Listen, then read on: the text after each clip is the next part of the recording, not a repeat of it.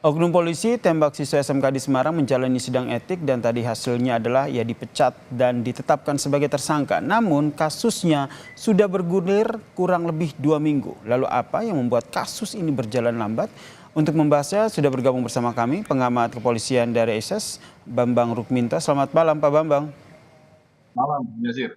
Pak Bambang, tadi sama-sama kita dengarkan juga keputusan dari sidang etik ini dipecat dan ditetapkan sebagai tersangka. Ini berarti memang sudah sesuai dengan prosedur, sudah sesuai dengan hukum? Ya, kalau mengikuti peraturan Kapolri terkait dengan kode etik dan sidang kode etik, yakni Perkap 7 tahun 2022, ini memang seharusnya sudah dilakukan sejak awal gitu. Seseorang yang melakukan pelanggaran SOP, apalagi ini sudah mengakibatkan korban meninggal dunia, ya harusnya segera dilakukan sidang kode etik.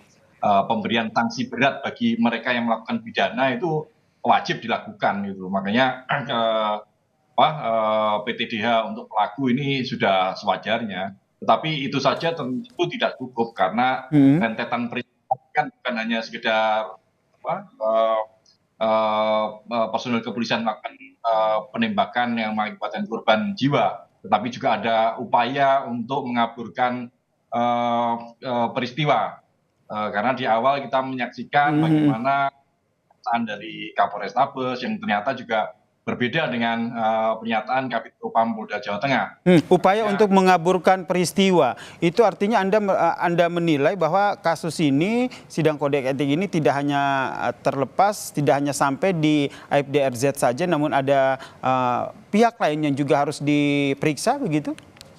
Ya, harusnya demikian. Apalagi kalau mengikuti peraturan Kapolri 2 tahun 2022 juga tentang pengawasan melekat, 2 tingkat di atas pelaku itu seharusnya sudah diberi sanksi, dicopot dari jabatannya, kemudian juga diproses kode etik.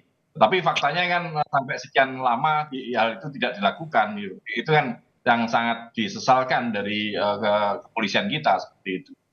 Ada desakan dari kuasa hukum korban yang meminta agar Kapolrestabes Semarang ini juga dipecat. Tanggapan Anda? Ya, makanya tadi sudah saya sampaikan, ini kalau terkait dengan Perkap 2 tahun 2022 tentang pengawasan melekat, atasan 2 tingkat ke atas ini harusnya juga segera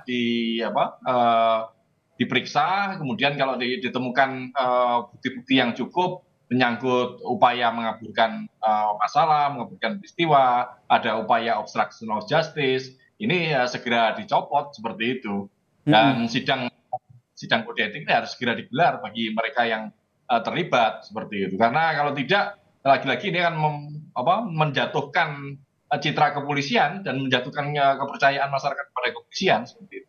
Oke, dengan kata lain, sidang etik pengusutan kasus ini tidak hanya Anda mendorong tidak hanya berhenti di Aibda RZ saja ya, Pak Rukminto ya? Ya, kalau Kapolri konsisten dengan peraturan yang ditandatanganinya sendiri seperti itu. Kemudian terkait dengan penggunaan senjata, ini menurut Anda apa yang perlu dievaluasi? Banyak hal ya. Selama ini selain seseorang personil yang diberikan hak menggunakan senjata itu ada banyak kriteria dan banyak SOP.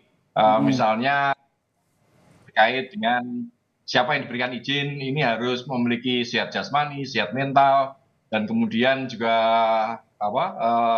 mengikuti tes-tes psikologi, dan yang lebih penting lagi izin dari atasan. Kalau kita melihat peristiwa ini juga harus dilakukan penyelidikan terkait dengan pengawasan penggunaan senjata api. Siapa yang memberikan izin personil tersebut membawa senjata api? Karena sesuai dengan peraturan bahwa senjata api itu melekat pada tugas dan fungsi, bukan melekat pada personil.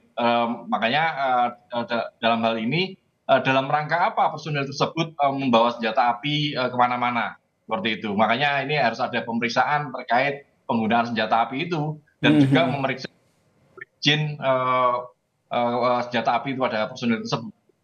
Baik, tadi Anda menyebutkan bahwa penyidikan kasus ini apalagi terkait dengan sidang kode etik begitu, tidak hanya berhenti di Aibda RZ saja. Nah, prosedur selanjutnya yang diambil oleh ataupun langkah selanjutnya harusnya menurut Anda diambil oleh pihak kepolisian itu seperti apa?